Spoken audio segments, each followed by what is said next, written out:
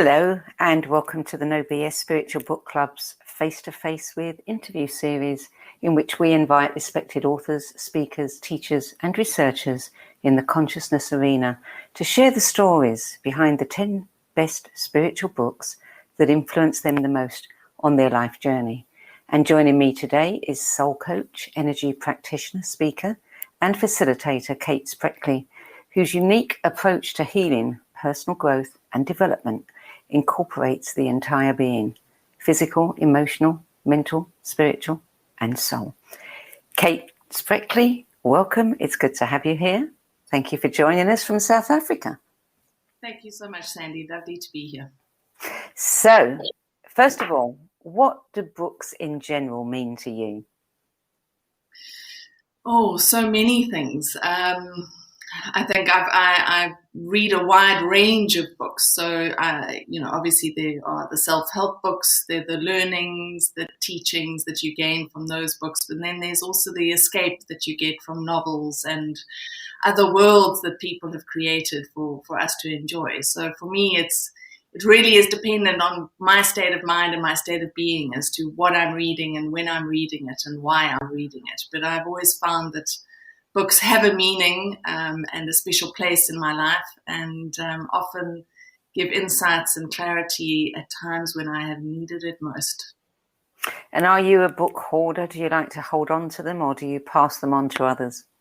I always attempt to keep the ones that have special meaning to me, but I invariably end up passing them on. I have had to buy a few copies of books because I keep giving them away to people expecting to get them back, but you don't often get them back. So yeah, there are a lot of books out there that I've handed on to clients and to friends and to family. So what was it like for you having to go back, review your life and pick 10 books? It was an interesting exercise. Initially, when you contacted me and asked me, I thought, oh, that's exciting. And then I kind of hit a complete blank and I couldn't even think of a single book. And I did actually have to go and stand in front of my bookshelf and then also have a look at my Audible account to see what books I've downloaded, because I have actually downloaded a few audiobooks, especially the ones that I consider to be my favorites. And then I sat quietly and I reflected back to my journey and how my spiritual awakening had unfolded, and the books that spoke to me at particular times, or I suppose key points in my life. And then from there, I suddenly remembered, and a lot of these books I refer to other people, I give to other people as gifts. Just because I think that their messages and the insights and the gifts that they share are timeless. It was an interesting exercise. And then to also reflect back as to where I was at that point when I read that book and why it was so important for me and why it had such a deep meaning, and how the insights and the information helped me at a time when a lot of the time I was pretty confused about where I was and what I was doing and why I was doing what I was doing. Yeah, I think it's a great exercise, because we don't often stop and think about, we know where we've come from, we know what's happened to us, but we don't often stop and think, how have I changed since then? And I think when we start looking at the books, that inspired us and opened up different thought processes, shifted our perceptions, then we begin to realize, my goodness, I've changed a lot. Yeah, huge. And it was a lot like that when I started looking at the books that I shared with you, because wow, I have changed. And it's been quite a journey of change and transformation. And it really is interesting to reflect back. So let's start with your first book, which is one that we've been hearing a little bit about over the last few weeks. It seems that several people have really found this book particularly enlightening. Many Lives, Many Masters, the true story of a prominent psychiatrist, his young patient, and the past life therapy that changed both their lives, Brian Weiss. Published in 1988. When did you come across that book? Well, I came across that book in my late teens. I must have been about 18 or 19. So it was, I might have been even a little bit older, but it was at a time where I had explored different spiritual insights, and I was on a journey of searching. This is long before the internet and Google, and so it was quite difficult to find things to read. And I had an aunt who had started her own journey of healing a couple of years before. And thankfully, she was very happy to share what she was reading and pass things on to me. And this was one of the books that she shared with me. And I remember reading it and just feeling suddenly so much made sense around what I intuitively knew, what I intuitively understood. And as a child, I'd always felt that, this couldn't be just the only life that we had. I mean, I grew up in a Christian home, and going to church as a child. I remember thinking, there's no ways God is going to let me into heaven with just one life. How can I learn everything that I need to learn, and how can I experience everything that I need to experience in order to get into heaven? There's just, there's not enough time. And so there was the sense that there had to be more. And when I read this book about reincarnation and, the space between lives and the messages of the masters, it just made so much sense and really helped me to understand things that I knew intuitively but couldn't or didn't have the words to explain. Mm. Yes, I mean, it was a fascinating book. And, I've been thinking over the last few weeks, as a result of this book club, the way books came to me. And I was very lucky in that I had this incredible mentor, a woman who was an astrologer who introduced me, taught me astrology, taught me about homeopathy, taught me about flower remedies, and was always pressing books into my hand.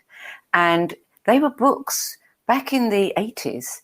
If you went to a bookstore, you'd see new books. You didn't often, unless you found a secondhand store, find the older books. So some of the real gems, how did you find them?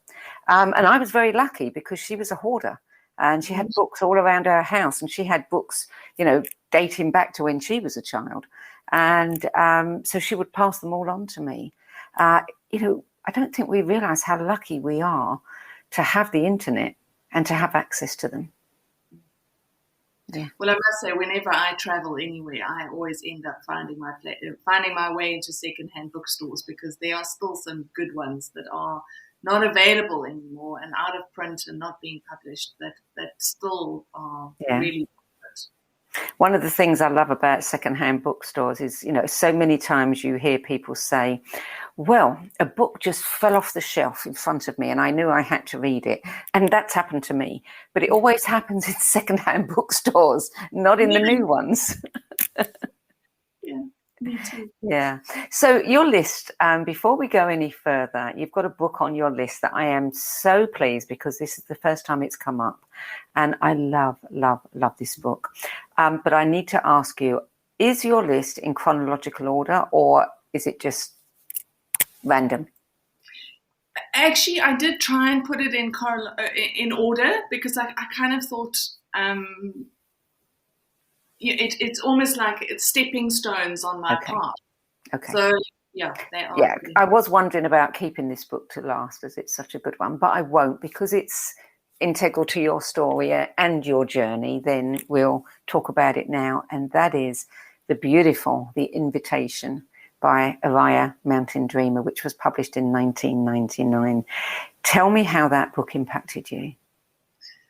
Well, that book, at the time that I read that book, I was in the throes of realizing and recognizing that my marriage was over, and that I was living a life that didn't speak to me. That wasn't a reflection of who I was, even though I didn't really know who I was at the time. I just knew that this life wasn't what I needed to be living or how I needed to be living. And I read this book and it touched something in me that, just the words from that poem spoke to me about tapping into myself and finding the courage that I needed to step into a life that reflected me, and reflected who I was, not who I'd been told that I needed to be, or the life that I was told that I needed to live. And it really gave me courage more than anything else. I think it was just so beautiful, the way she shares her journey and the space that she was in those deeply painful moments, whether those were emotional moments or physical moments. And I felt it. I felt like this was my soul speaking to me through her words, and it was an incredible moment of transformation. And I actually printed it out, the poem, and stuck it on my wall in front of my desk and read it every single day. And those moments when I needed to find the courage to make the changes that I was making, I went back and reread it, and particularly that last bit. It's a powerful poem. That book was a revelation to me when she's telling her story, and she stayed in a very unhappy, painful marriage because she'd made a promise. She'd, promised to love, honor, and whatever. And somebody, I think, told her that there are times when the promise that you've made, you can't keep because it doesn't work for you. And that was such a revelation to me, because I had always, if I said something to someone, I had to do it. I had to. I would not be, I would not forgive myself if I didn't, because I'd given my word. But the way she explained it freed me from that.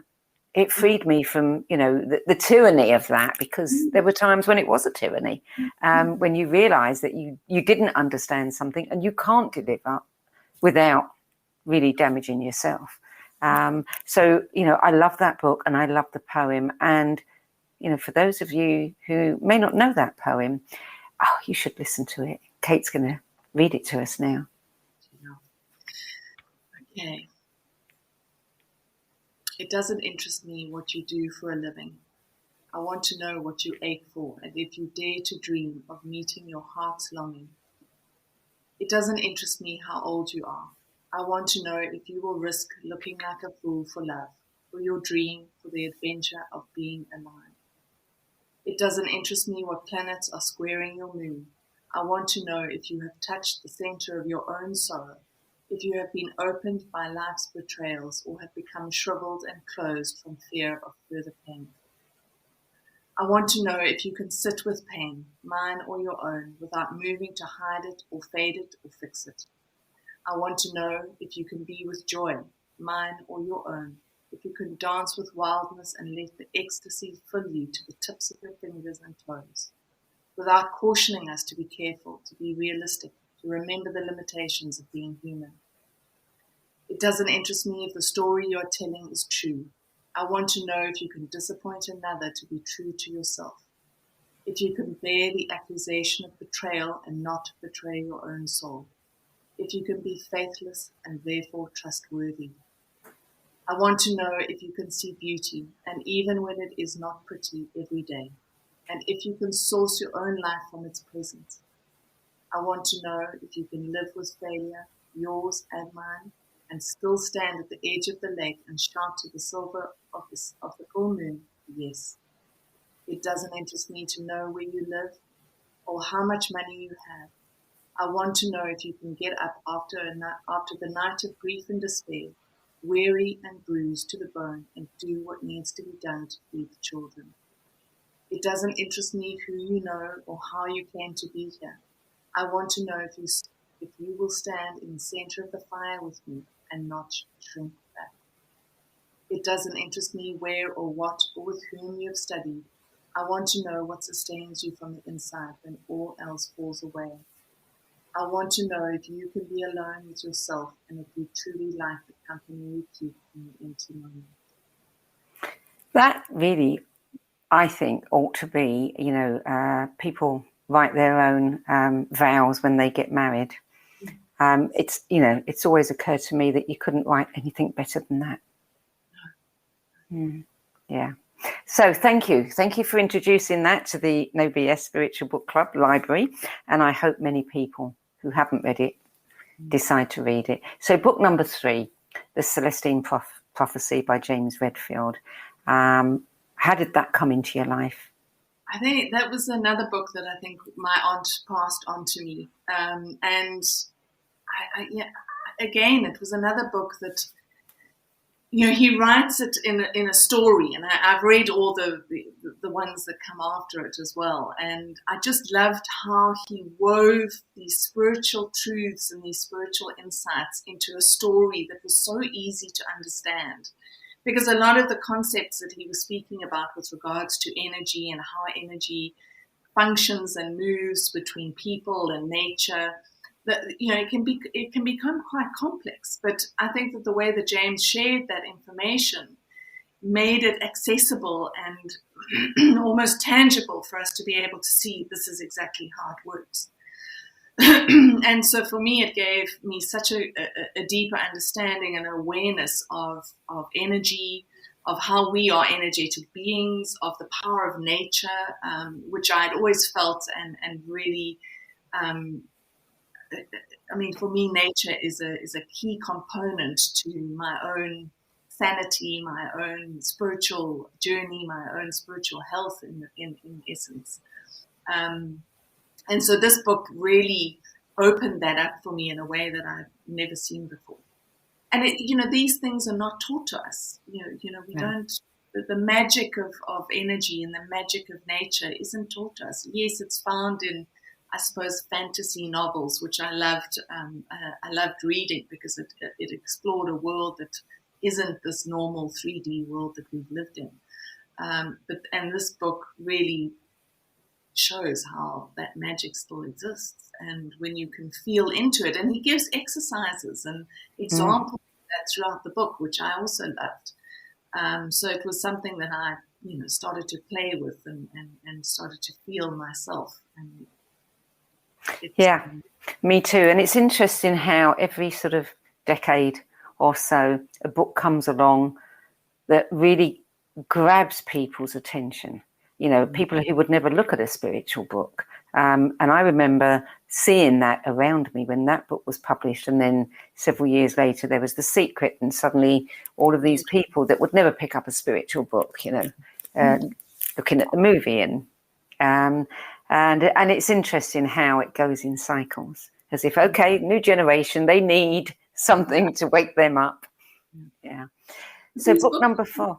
Sorry, I was just going to say, I think some of these books are timeless in their messages and their insights. And there's now a movie as well, the Celestine Prophecy movie, which I've also watched and enjoyed. So.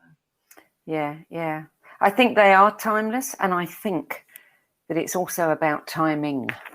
They burst on the scene at a time when people are looking for something, and it speaks to them. Yeah. The next book, number 4, The 4 Agreements. Practical Guide to Personal Freedom, Don Miguel Ruiz. This book comes up again and again. It's probably, in the top 10 of all time books in the club. So many people love it. And I did an interview with him just a few weeks ago. And I said to him, I told him that it comes up again and again. And bless his heart, he was surprised and he was incredibly grateful. And it was so nice to, somebody of that caliber who produces a book that so many people are just wowed by. And, he has so much humility to be surprised that it's in the top, the top 10 list of, spiritual books that people enjoy. So what was it like for you? Well, this book was life-changing. It was incredibly powerful for me to be able to be freed from so many beliefs and so many conditionings around how we should be and who we should be. And I think for me this was the weight of responsibility that fell from my shoulders when I read this book was incredible. Just to be able to, and again, to be able to be given the words to explain things that I wasn't able to explain, because at the time of reading it, I was too young and I didn't know enough.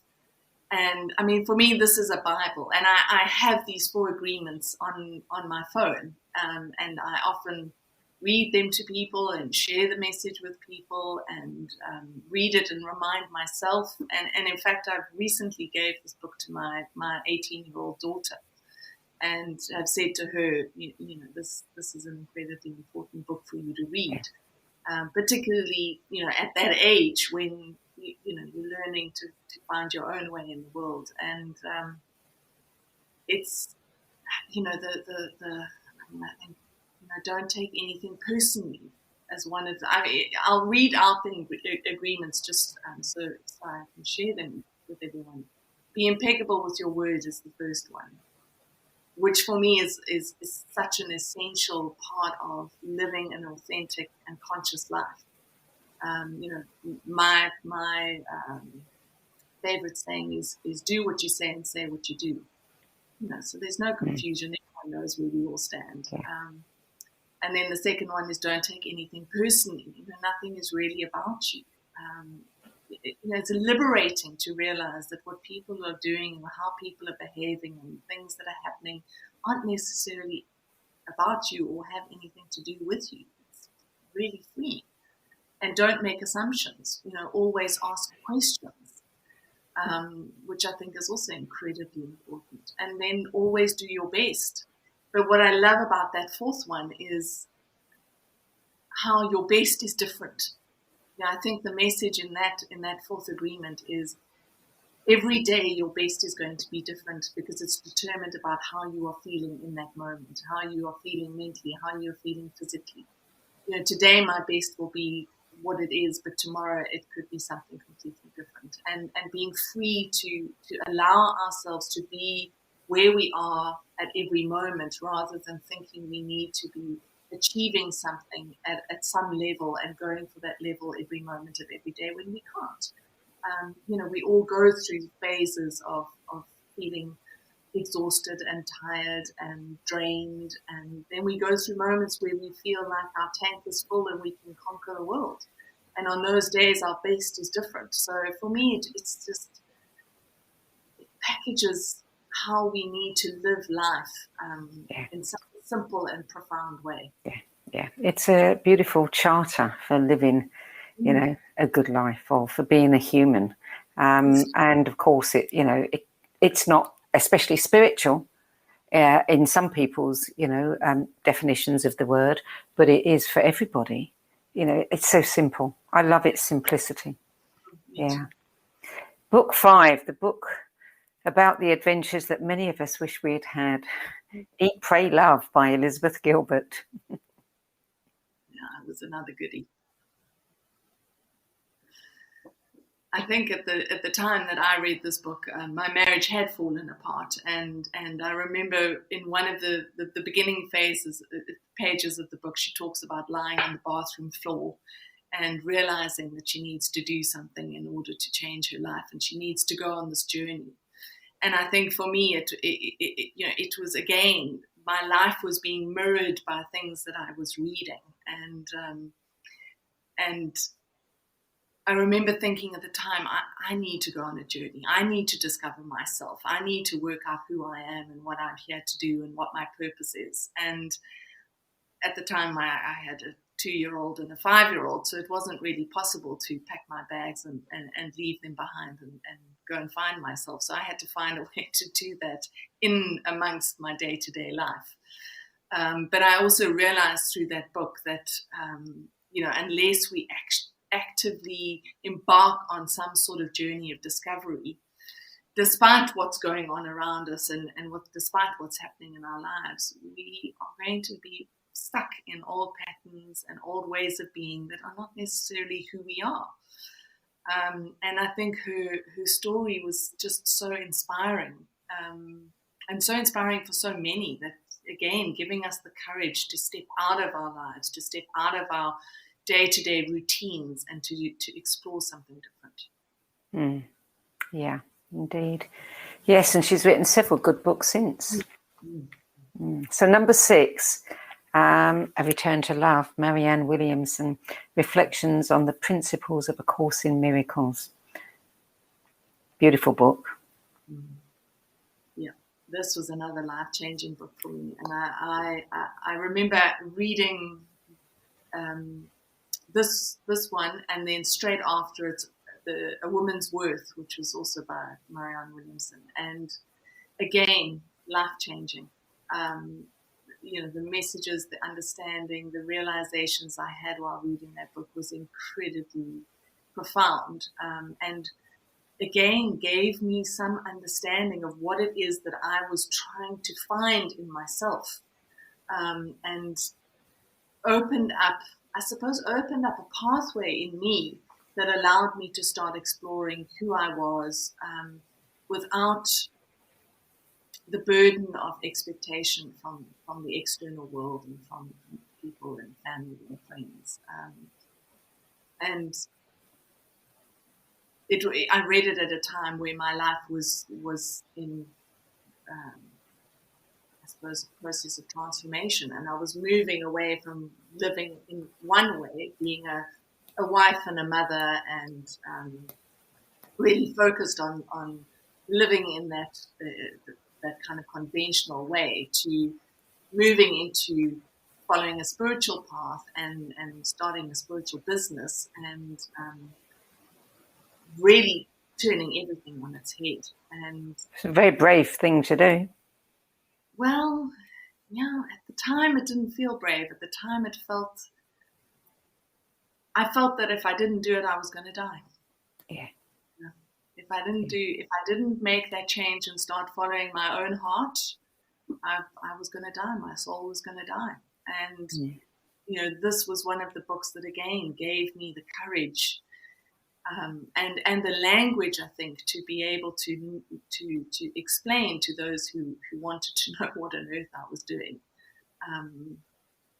It was powerful. The next book was a bit of a surprise. I'm not sure that we've had this one come up before either. Bringers of the Dawn, Teachings from the Pleiadians by Barbara Marciniak. Yes, now this is one of those books that you'll have to dig into some second-hand bookshop to find, because I don't think it's in print anymore. And I've lost the copy I had. I gave it to someone to read, and I don't know where it's gone. But this book it was given to me by a friend, and it sat in my bookshelf for a few years, actually. And I remember one weekend not having anything to do. My children were with their father for the weekend, and I walked up to my bookshelf and I thought, okay, well, there must be something I can read here. And this book literally fell out of the bookshelf, my own bookshelf. I thought, okay, well, we'll give this one a go. And I started reading it, and I remember at the time reading the first few pages and actually having to put it down and walk around my house while I processed the information that was in those first few pages. And I couldn't put it down. I think I read it in that weekend, and have read it a few times since then. And it just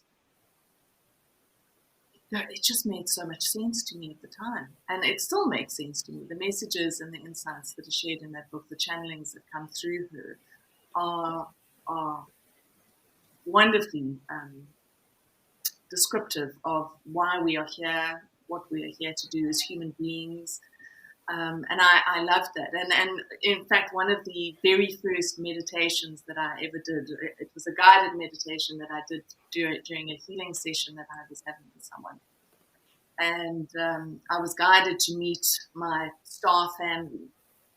And these beings appeared in my meditation, and I said to them, well, who are you? And they said, we are your Pleiadian family.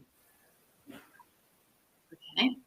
Came out of the meditation and said to the woman I was with, what is the Pleiadians and who are the Pleiadians? And she explained to me who and what they were, and I said, oh, that's interesting. And then when obviously I was reading this book, I thought, well, this is messages from somewhere that I know. And I think that's possibly why it resonated so much. And the information is so relevant to me and my people. It's interesting, isn't it? Because, I mean, there's Marianne Williamson writing about love and things that she's learned from a book that was channeled, but has a lot more acceptance than a book about people from another planet. Yeah.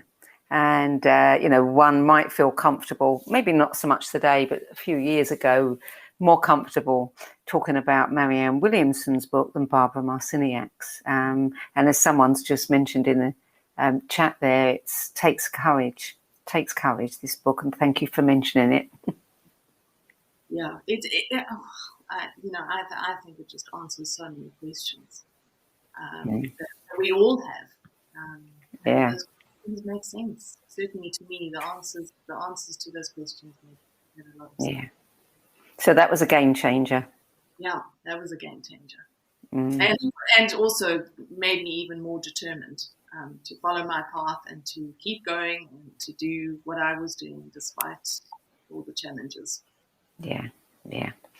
Now, the next book, number 8, I loved this book when I first read it. Healer, Shaman, Sage, How to Heal Yourself and Others with the Energy Medicine of the Americas, Alberto Villoldo.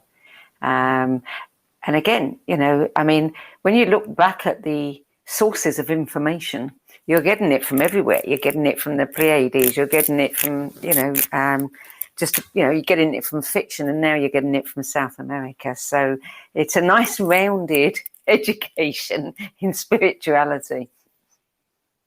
Yeah, it definitely is. I think Alberto's work is phenomenal. I love what he does. And this book I read at a time when I actually started my own shamanic journey, where I was following the Native American teachings, which is a little strange, living on the tip of South Africa and learning about Native American wisdom. And but bizarrely enough, my father's family is Canadian, and I have a great-grandmother who was actually Native American. So it was, which I only found out much later, in fact, after I'd gone through the shamanic training and the initiations. And then it made sense as to why this was something that I felt drawn to do, in the path that I felt drawn to follow. And this book, he's incredibly funny. I find his humor wonderful. I think how he describes his own journey through the initiations that he went through, and the people and the teachers that he met. I think it's incredibly humbling to read what he experienced and how he went through those transformational changes, and how he changed in himself, being he was a doctor of anthropology, and he initially went to the Amazon to discover how these healers did what they did from a scientific perspective, and there he was thrown into things that he never expected to be thrown into. And so it really helped me find the humor in my own path and a lot of the things that I was having to face and go through with my own initiations. And then, interestingly enough, the energy work that I do isn't something that was taught to me by a human person, and I could never explain it. I just was taught how to do it by my own spirit guides and teachers and helpers. And Alberto did a documentary, and I can't for the life of me remember what it is right now. Hopefully it'll come to me. And where he explains the energy work that he does. and what he was taught by these shamans in the Amazon. And when I watched this documentary, it was like, that's what I'm doing. So it reinforced and gave me a language as well to explain what I was doing. And so from that moment on, I think I've read every single book he's ever published. I've listened to every interview he's ever done and every podcast that he's been on, because I think his information and the insights that he shares are again profound and incredibly powerful. So you studied the Native American, living in Africa, South Africa. Were you ever drawn? I mean, you've got, deep history of shamanism there. Were you never drawn to study any of the African? No. The indigenous culture, from my understanding and what I have been taught, there are 4 main indigenous cultures that exist in the world. In Africa, they are the Bushmen. In the Americas, there are obviously the First Nation people, the Native American people. In Australia, they're the Aboriginal people. And then in the Northern Hemisphere, or the Europe, they are the Celtic people. But the teachers are actually, the only teachers out of that indigenous group are the Native American people. So the Bushmen of Africa, they don't teach their ways. They'll welcome you into their space, they'll welcome you into their ceremonies, but they're not teachers. So they don't.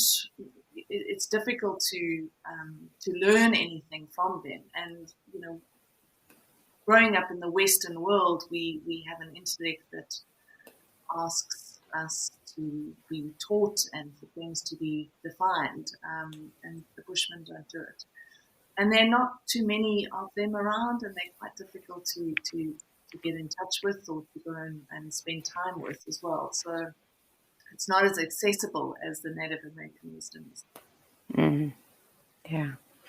Book number 9. This is a new one to the club. A Serpent of Light. Beyond 2012, the movement of the Earth's Kundalini and the rise of the female light. Done below Melchizedek. Yeah, this was another book that was handed to me by a friend. I think the same friend that shared the Bringers of the Dawn with me.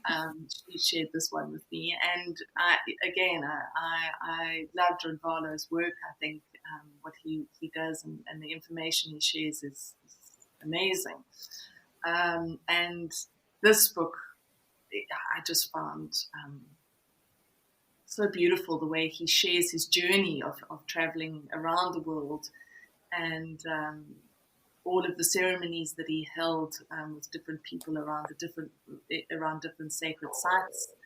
I loved it. I found it fascinating, and the understanding of the movement of the Earth's spiritual energy and how that is shifting and changing. And it explains a lot of the transformational times that we are living in now. And it just it gave me real hope for this time that we're living through and the time that we're moving into. So the final book, number 10, Essential Guide for Healers by Caroline Myss. Wow.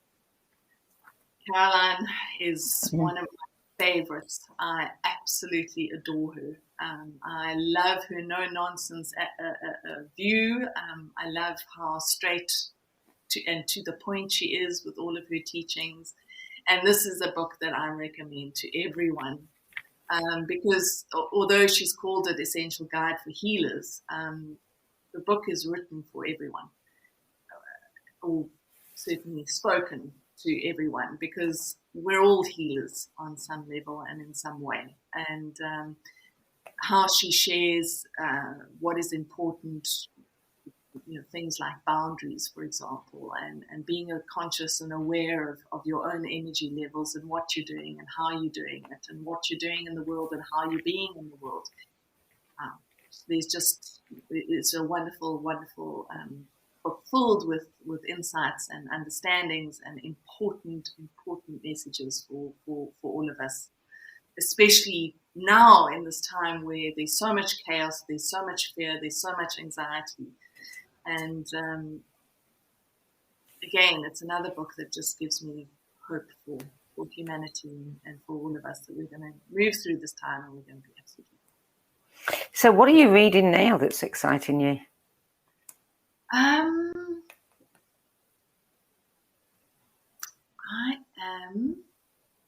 got a number of books on my bedside table at the moment. I am busy reading a book by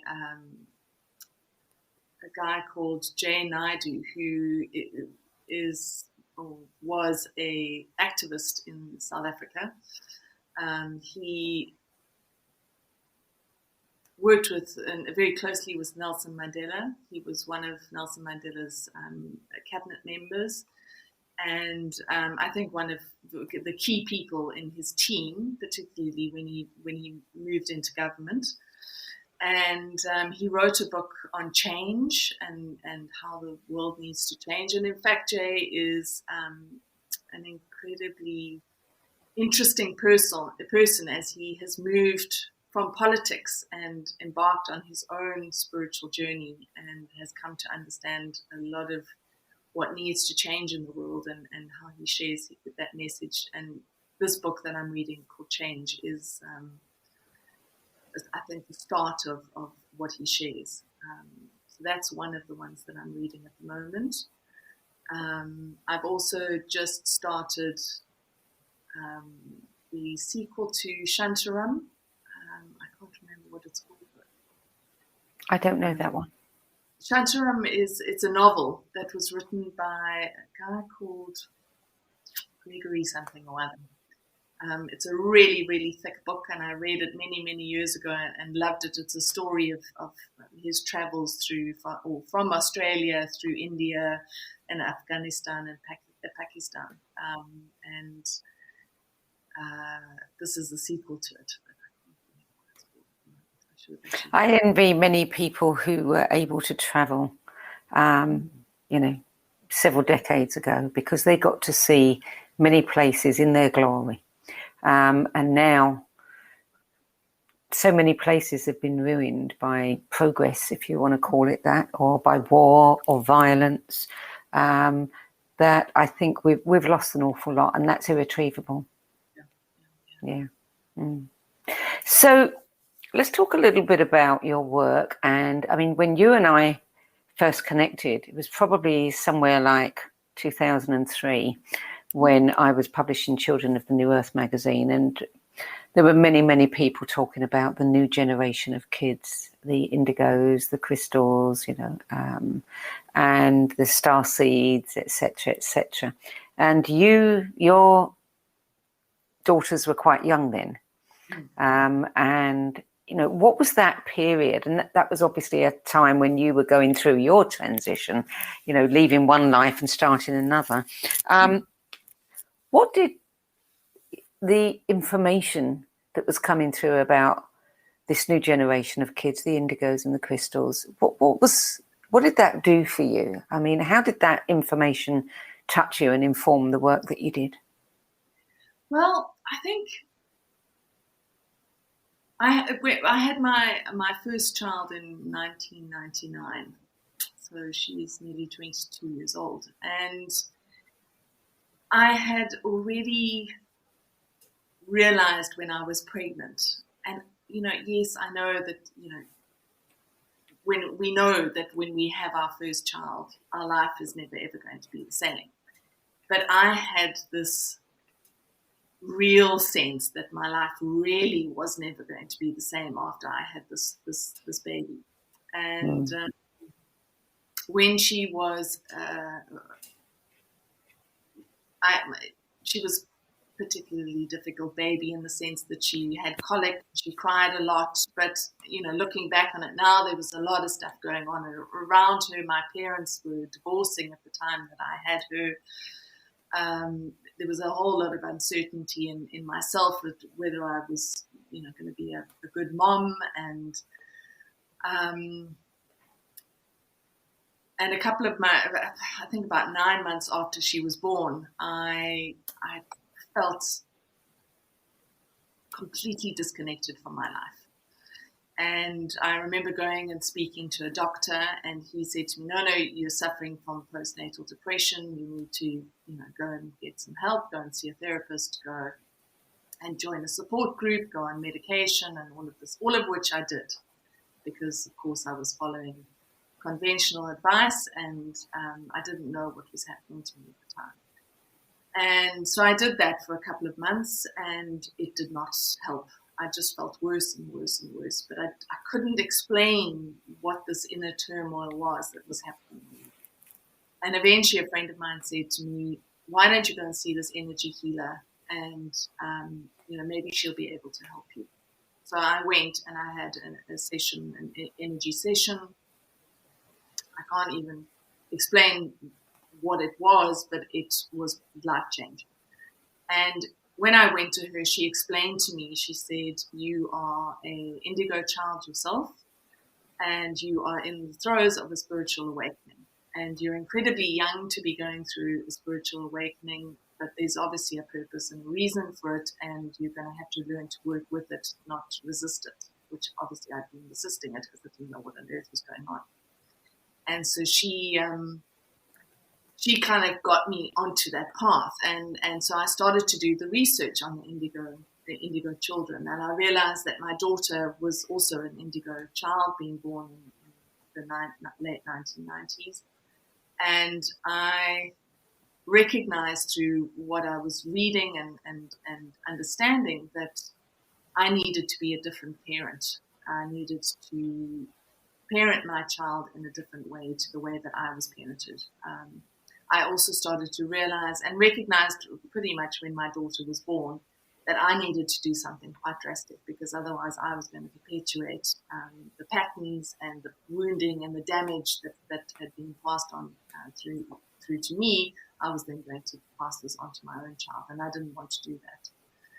And so at the time, I suddenly realized that there were all these incredible children that were being born, and yet the world was the same world that I'd been born into, and if it didn't change, we were going to break these children and damage these children. So I kind of went on this mission of thinking, well, I've got to change the world, because the world needs to be different for my child, and I don't want any child to grow up the way that I did. I don't want any child to get to adulthood feeling the way that I felt. So that's when it kind of started, and I started reaching out to a lot of people actually in the States, because there was a lot of information out there at that time, and started writing and sharing information and insight around the indigo children. And then I fell pregnant with my second daughter, who was born in 2002, and she was a crystal child, which is the next generation, I suppose, of indigo children. And I realized again that, things really needed to be different. And when I was pregnant with her, I was still having regular energy sessions, and was meditating and really trying to connect with that spiritual part of myself. And I remember in one particular meditation, I was guided to connect with this crystal consciousness, this Christ consciousness. And I was pregnant with Sarah, my youngest daughter, at the time. And I connected to this consciousness, and I can tell you that I have never felt anything so powerful in my entire life. Not then, not before then, and not since then, because it was out of this world. And I realized in that time how connected this crystal or Christed consciousness was, and how these children were connected on a level that is so hidden and subconscious for us, but is so real and conscious for them. And I remember at the time being very aware of there were some horrendous things that were going on. I remember there was a school in Russia that someone had walked into with a gun and started shooting. And I remember watching my own daughter having nightmares and waking up screaming for absolutely no reason, and realizing that there was a ripple effect of that kind of trauma that was happening to those children in Russia. My daughter was feeling it. And I started to see how connected these kids were, and that parents and teachers and educators needed to know that things need to change, that we need to start doing things in a different way. We need to start parenting our children in a different way. We need to start educating our children in a different way. And we need to start changing the world so that it is more supportive of these more evolved souls that were coming onto the planet. So that's really where my journey started. I was determined to change the world for children. So as a parent of young children at a time when all this information was pouring forth, and many people had a lot of expectations of these children, some a little bit too much, irrational expectations that they were going to save the world. And those children are now grown up. So what do you see now? Do you see the promise fulfilled, or do you feel that some of these children are just, so shocked by the way we have damaged our world that, they don't want to know? Sandie, it's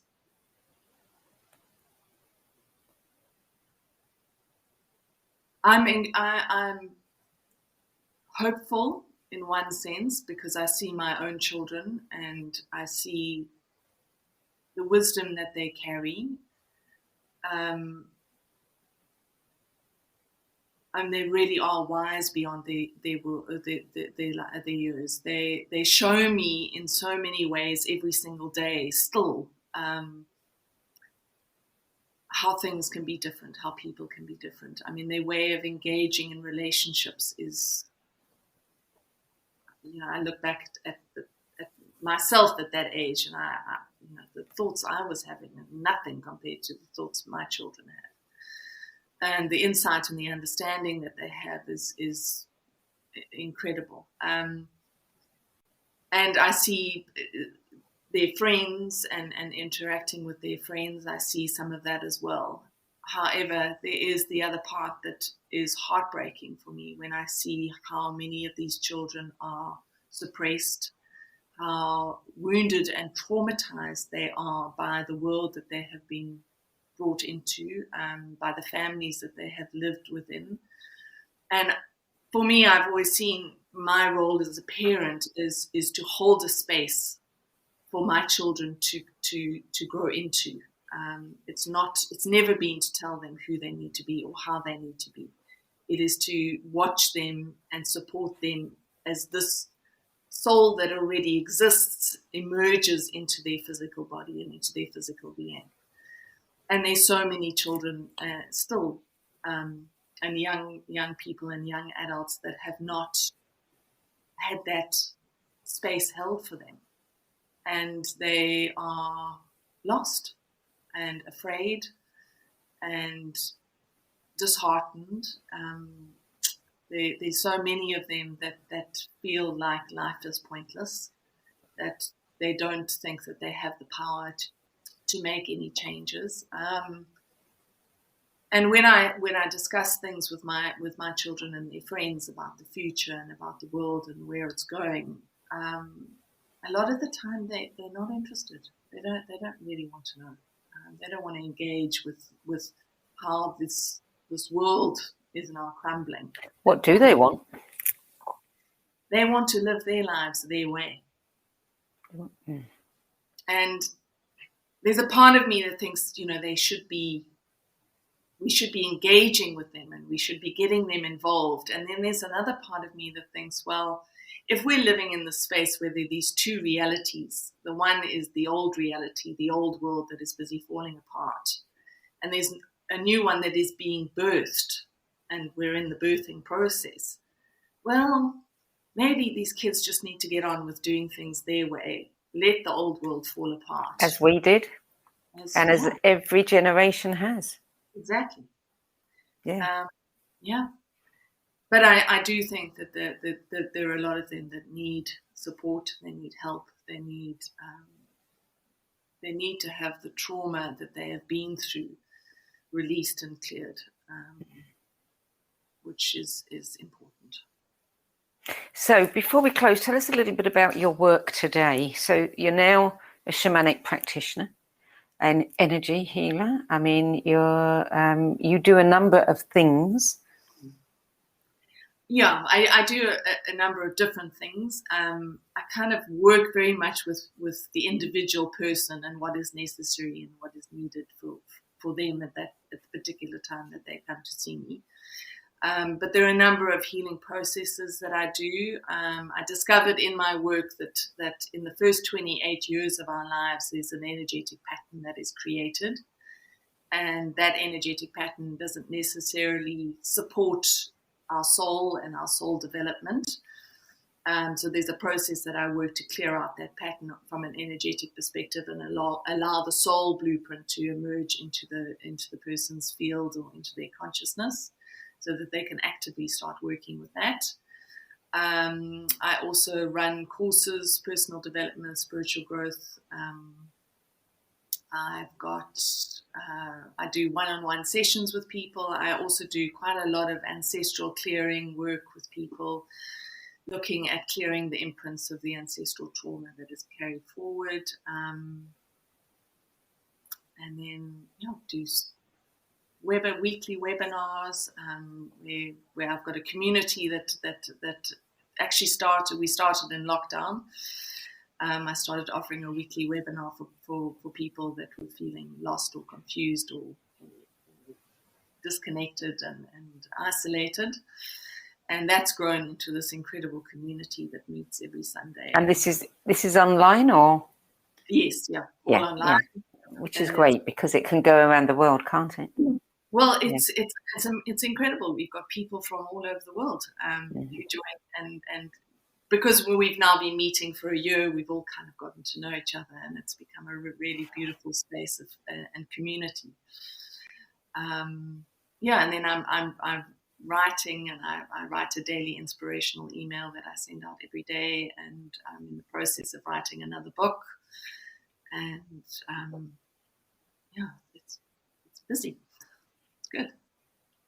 Well, thank you for sharing your 10 best list with us, and thank you for sharing the stories behind your choices and how your life has unfolded. It's always fascinating. Would you care to give out your website name to anybody who might like to check out what you're offering or join your groups? Yeah, brilliant. It's Spirit Pathways, so it's www.spirit and then a pathways.com. Kate Spreckley, thank you. It's been a pleasure speaking with you. And you, Sandie. Thank you so much. And a big thanks to you at home as well for joining us. And if you want to be the first to be informed about these, you can go over to sedgbeer.com and click on the No BS Spiritual Book Club tab, and you can join our newsletter. We do not spam you. We just send you information about the new book lists that are published each month and the people that are going to be on our live face-to-face with series. That's it for today. Thank you for joining us again, and I'll be back at the same time next week. Till then, it's goodbye from me.